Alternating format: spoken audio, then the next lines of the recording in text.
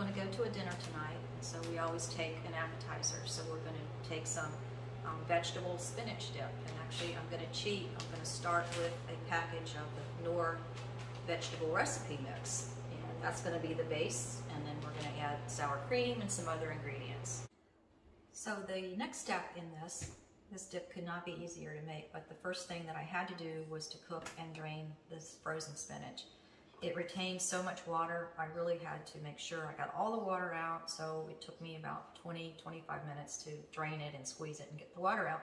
So again, this can't be easier. We're just going to put the spinach in. Going to add the soup mix, an entire container, 16 ounces of sour cream. We have 1 cup of mayonnaise.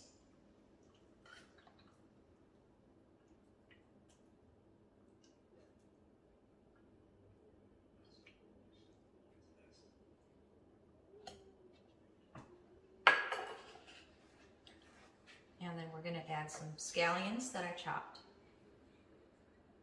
And this just gets mixed all together. And it takes a while to get everything mixed in.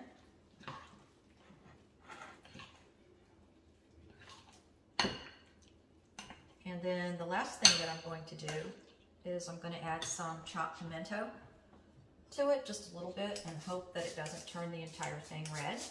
But I thought red would add a little color to it. And yes, it does, just a little bit. And at this point, we are going to cover it with some plastic and let it chill for a couple of hours.